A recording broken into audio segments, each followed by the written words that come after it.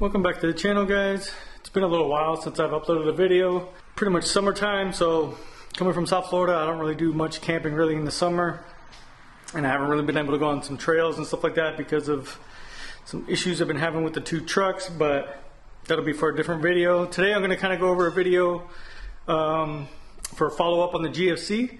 So a couple of months ago, probably about 2 months ago, I went and had the water intrusion fix that GFC has for the campers done at a place called Apex Overland in North Carolina. They are one of their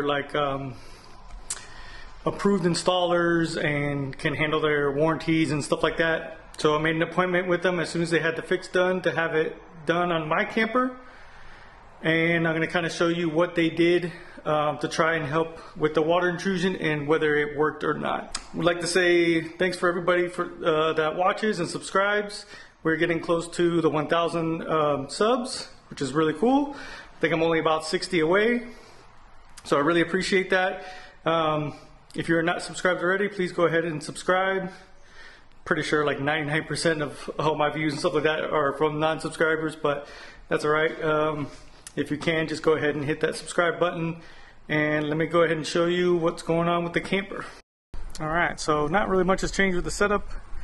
The Jeep is going into a shop here probably in the next week, and I'll let you know why. But for the camper, pretty much it's been the same, but let me kind of go ahead and show you what they do to try and combat the whole water intrusion thing here. So I'm going to step up to the top here first and kind of show you on the roof what they do. So we'll see if you can see this or not.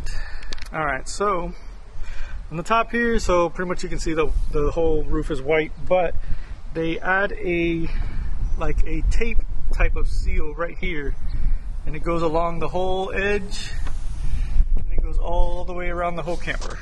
So I guess maybe they're thinking water may be coming in through a channel up here, so they kind of tape the whole roof, and again it goes around the whole perimeter. So after they do that, they start to drill in some more holes. So these are kind of the first process of holes that they did when they kind of got notification, I guess, that they were kind of getting some leaking issues. So those are the ones that pretty much come with the camper. Now I'm not sure if they're adding these other holes and stuff like that to it, but those are the ones. So there's 1, 2, and there's a third one up front that came on my camper directly from GFC. And then they started adding now these. So that's the first hole. This is the second hole now. See, this is the one that Apex Overland was told to do by GFC. So there's one there.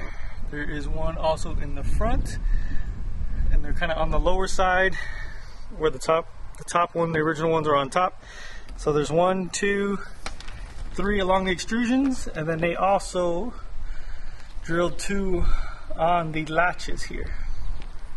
So they are trying to basically get water. So there's water, I guess, getting in the extrusion for sure. So they're trying to get the water to drain out, I guess, as quickly as possible so it doesn't get into the inside and it doesn't wet your tent. Now on the rear, they did, hang on, let me get my step stool here.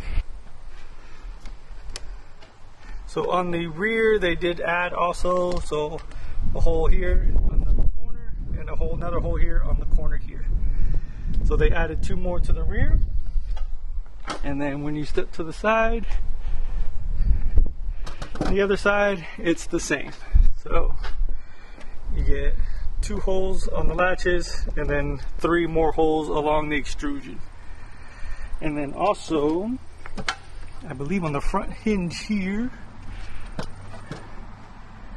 yes, so on the front hinge here also you get an additional holes. So they're just basically just drilling this thing with holes, trying to get water to escape as quick as possible. Now, is it actually working? So the first time I brought it back from Apex Overland, it was actually raining on my way home, and when I got home I opened up the camper to check it out and see if it was dry or not, and it was still wet. Now, it was raining on my trip up there too before I had the water intrusion stuff done to it. So it could have been that it was already existing, that it was already wet from the trip up there, so I wasn't 100% sure. After that, I have driven it in the rain a couple times, and it's been kind of hit and miss. I've opened it up and it's been dry, and then I've opened it up and it's been wet. It rained here this morning. I'm gonna go ahead and pop up the camper now to show you guys, and we'll see if there is any water in there. And there's also some other additional things that they did to the canvas that I'll show you now too. Alright, so let me kind of show you here. Kind of get up on the step stool. So it is actually currently dry. So this is where I was getting most of my water. It was along this side, the passenger side, the edge, and the back corner. Now I have noticed, because I haven't opened it in a little while now, they added this kind of piece of tent material to the edge to kind of save, I guess, from water getting in. But if you can see, the glue is kind of coming up already from this thing here, whatever this is. Now it looks like they did tape. They probably 3M taped this here. You can kind of see, so the seams are not open. But I need to put some like super glue or maybe something like that on there. So they do add this to here, to this piece here, and then they do add it to the front. Let me show you. So they add it to the front here. Not sure if you can see that or not, but they added here, so because I'm guessing people are getting water kind of going through the seams, because they're kind of they're a little bit open on the corners for some reason, and maybe getting into there. I never really had an issue with it getting into my actual tent, but the outside of the tent was always getting wet. So this side here on the passenger side, my corner here was usually always kind of wet, and this piece was always damp. You could see it, but right now it's dry, so I'm thinking it's working pretty well. Because again, most of the time, pretty much every time after it would rain, before I had this thing done here, this water intrusion fix done, it would always be wet. And depending on how much it rained and if I was driving or not, sometimes it would be wet all the way to the back here. And then there'd be water actually pooling and kind of sitting here.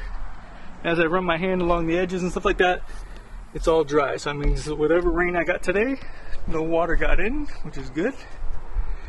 So that's pretty much what they do for the water intrusion. Now, my tent also had, mine was like kind of a little bit the older version, so mine had the keter cord that ran along the inside that held the tent down inside the frame, and they replaced that with fiberglass rods, and it's supposed to hold the tent down, I guess, a little bit better. So, but I'm happy to see that it is dry, so it does look like it is working.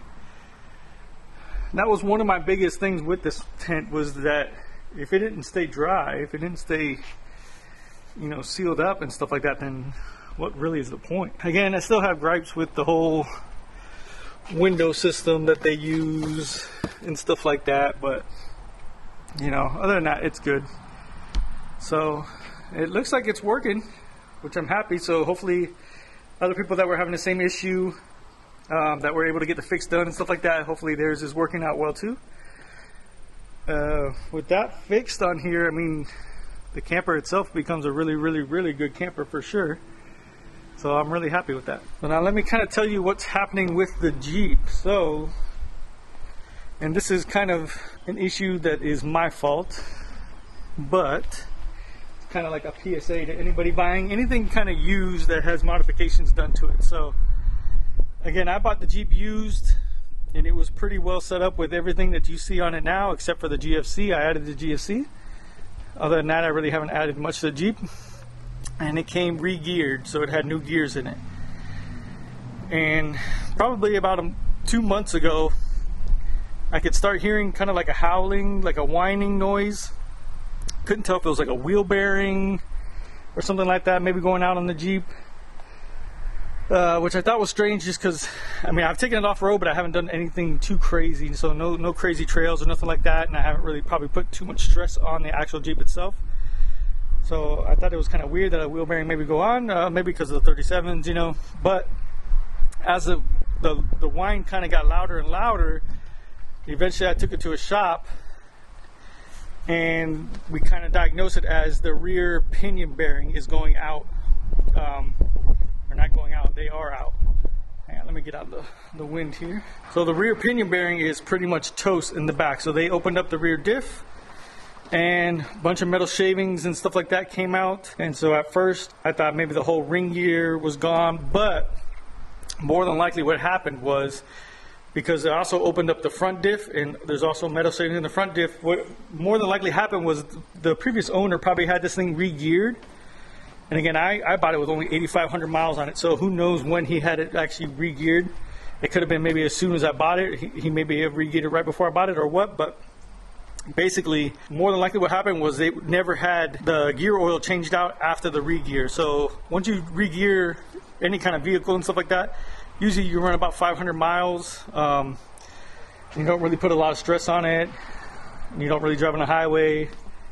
And then after 500 miles, you take it back to the shop, or you do it yourself, and you basically drain the fluid, because there's going to be metal shavings from the new gears and stuff like that in there, and then you put in fresh fluid again, and then usually after that you're probably pretty much good to go. So what happened was they probably never changed the gear oil, and I should have done it myself knowing that it had been re-geared, but I just never did. And Jeep now has about 25,000 miles on it, so more than likely those metal shavings have just been splashing around in there the whole time, and now they've just eaten away the rear pinion bearing.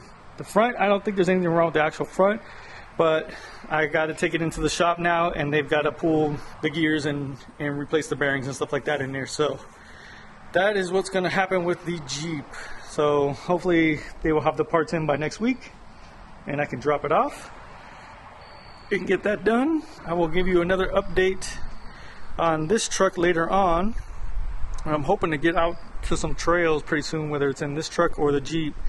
But if you're looking at this one and you see it looks a little bit different, it does have some different wheels and tires on it because of another issue I had on this one. But again, it was something that was my fault, not something that it was with the truck.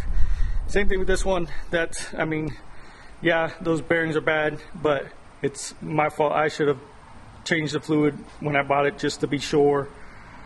And in case any of you guys ever buy anything used and it's re-geared or anything like that, go ahead and do your maintenance when you buy it, whether you think the person had consistently done maintenance on it or not.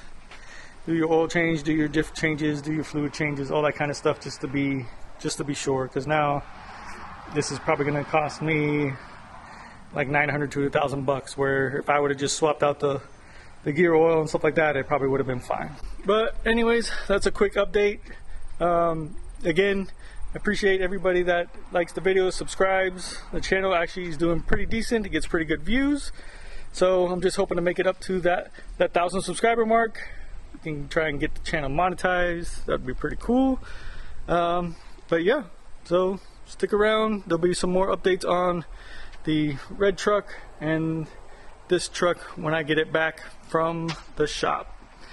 Anyways, thanks guys, and have a good day.